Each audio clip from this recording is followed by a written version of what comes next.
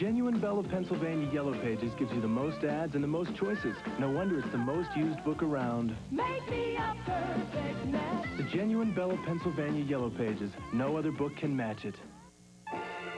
It was a night for compliments.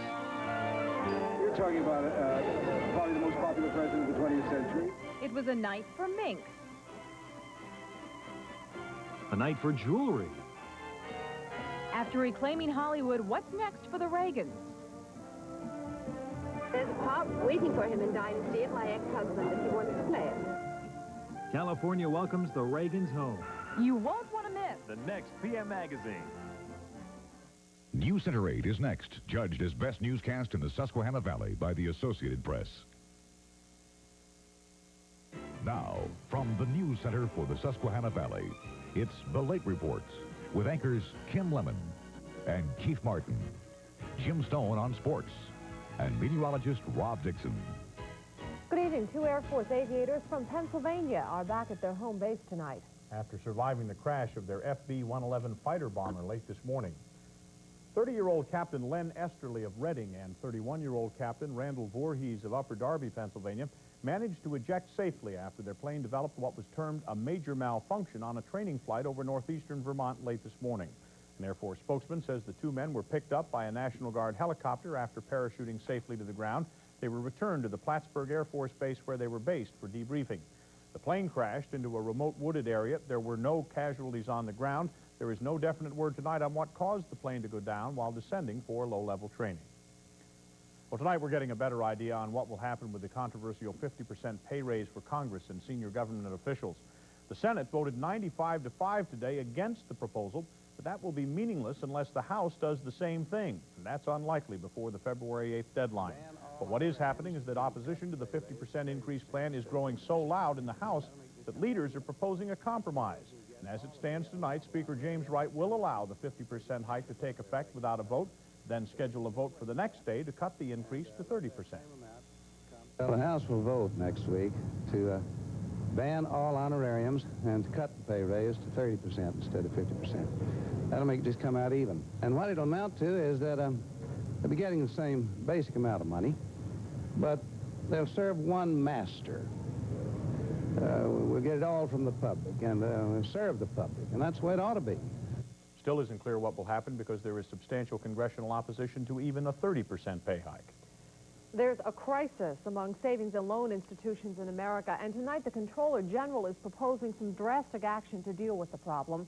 Charles Balsher says the Federal Savings and Loan Insurance Corporation takeover of troubled thrifts may be the best approach. These institutions should be placed in receivership whenever necessary until a decision can be made to liquidate or merge them based on a careful assessment of their asset portfolios and the comparative cost of each resolution option. Of fundamental importance, these institutions must be effectively isolated from the rest of the depository industry to prevent them from competing with healthy institutions. Balsher made the remarks before the Senate Banking Committee. This evening there are two sharply differing versions on the record of which side sought the secrecy for the dealings surrounding the unprecedented settlement between Bell of Pennsylvania and the Public Utility Commission. Today, Bell of Pennsylvania President Robert Valentini made the utility's first public comment on the $500,000 settlement. He said the PUC asked for the details of the settlement to be kept secret. That contradicts the PUC version, which says the secrecy initiative came from Bell. The controversial settlement grew out of a PUC probe of alleged misconduct by Bell during an internal investigation. I agreed with the commission that we made some mistakes. Whether they were worth $500,000 or not is a matter for you all to judge. My interest was at that point to put this matter behind us, pay our penance, as expensive as it was, put it behind us and get on with running the business. The last word on this story may come from the State Senate Committee, which is probing the matter and the controversial settlement. Meanwhile, the Enterprise Telephone Company is seeking a rate hike. That's big news because it is the first general rate hike request for that company in more than 60 years. The New Holland-based company is seeking an overall rate hike of about $1 million. That's about 9% of the company's 1988 revenues. Any rate hike granted by the PUC could not take effect any earlier than April 28th of this year. Enterprise Telephone serves 16,000 customers in eastern Lancaster County and parts of Berks County. The company is a subsidiary of Rochester Telephone Corporation. Next week, the city of York will become the state capital for a day. Today, Mayor William Althouse and members of the Casey administration unveiled the schedule for 2 days of events in the area. It kicks off Thursday and runs through Friday. Opening ceremonies will take place at the Colonial Courthouse. Althouse says the occasion is a real opportunity for York area residents. This is an opportunity for people to get to meet and hear the governor and the cabinet members, for us to show what we do, and frankly to show where we think we need help. But we're very pleased that the governor has selected York, and we intend to make it a memorable experience for the governor, and we hope also for the people of this community to share in their state government. The governor will stay overnight in York and leave Friday afternoon after several additional visits to York area sites. Meanwhile, back down in the groundhog burrows, I think things have quieted down today a little bit. This is the first time we've mentioned it all night. That's right, but one thing we'll also be mentioning are the windshield wipers. They'll probably be used later on tonight and for tomorrow. Our main worry, though, is how much cold air is trying to filter down from the north. There are freezing rain advisories to the north, into the north-central upper Susquehanna Valley, as well as the north-central mountains. Main thing for tomorrow morning, in the mountainous areas, we could have a little bit of ice, primarily around the Susquehanna Valley. We will have just light rain. Temperatures will be starting off in the upper 30s, but generally those icy problems, I do believe, will remain in the northern part of the state. More about the rainfall later on. All right, Rob, thanks. Back to winter reality.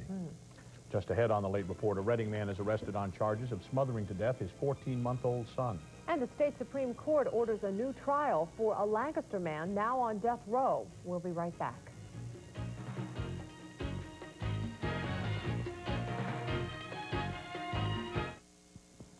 Coming up next on The Tonight Show starring Johnny Carson, Jay Leno remembers his childhood. The Saturday afternoon, my dad says, come on, son, I want to get a new toilet seat for the bathroom here. Come on, we'll go up to the hardware store, get a new toilet seat. This is my father's idea of a father and son afternoon. But tries to forget his adulthood. I'm turning into my dad. And is Fred Savage in love? I like her. Yeah. And I think she likes me. So it's like kind of, sort of. There's magic in the air. A trick, I tell you. Next. We will see you then. Now, the new Spirit shows at your Dodge dealer with big cash rebates on Shadow only for the Northeast. See the new Dodge Shadow with an available 150 horsepower turbo engine and now with $900 cash back. Don't forget, Shadow comes with our 770 protection plan. Your Northeast Dodge dealer has a good selection of Shadows in stock. Come in today and get $900 cash back. See your Dodge dealer now where the new Spirit shows. Leave it to the good hands, people. Where is everyone at this hour? Probably down at Allstate, saving up to 15% on their car insurance with the new Allstate Auto Advantage. If you have Allstate homeowners insurance and an excellent driving record, you might qualify.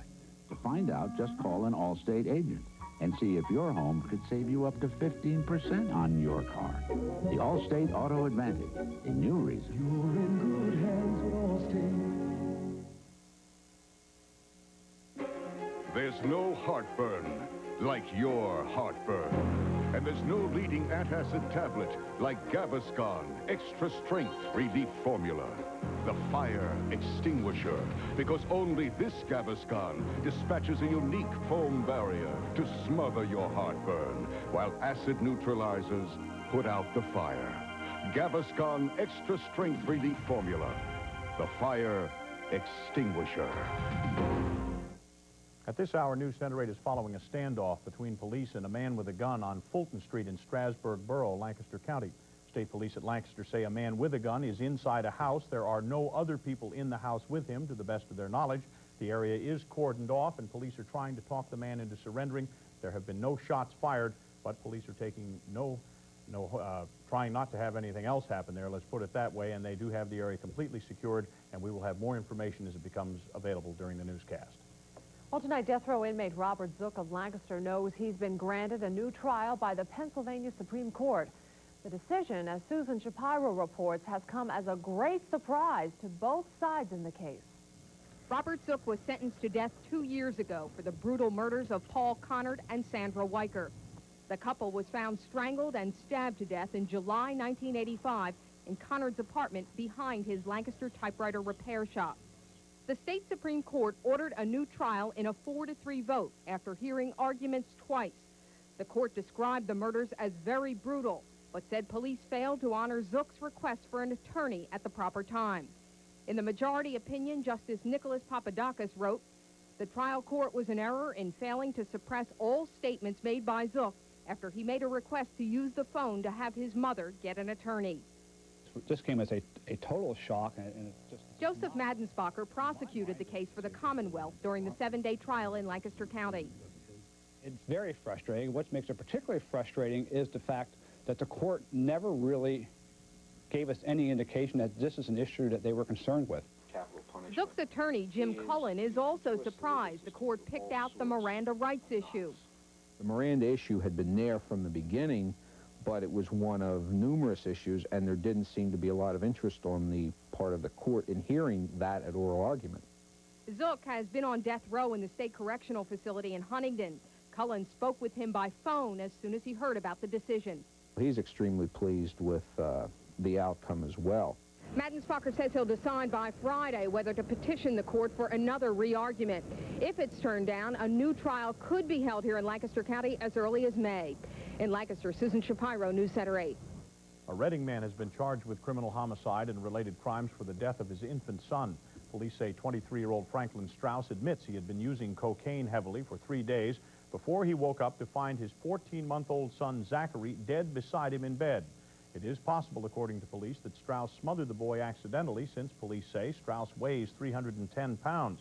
Witnesses have testified that they had seen Strauss tie his son to the bed and cover him with a pillow when the child was crying. Strauss was arrested after a police probe into the December 23rd death of Zachary Strauss.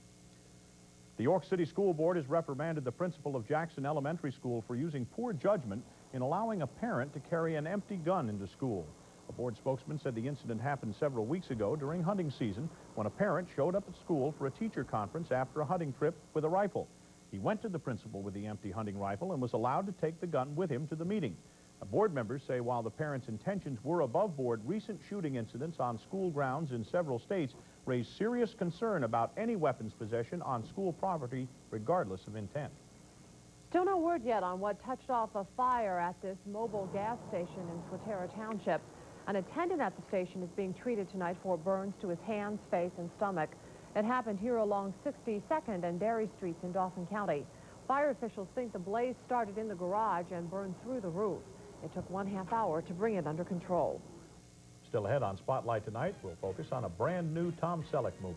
But next, Jim Stone has sports and details of an award presented at the 43rd Annual Sports Writers and Sportscasters Association Dinner. Stay with us.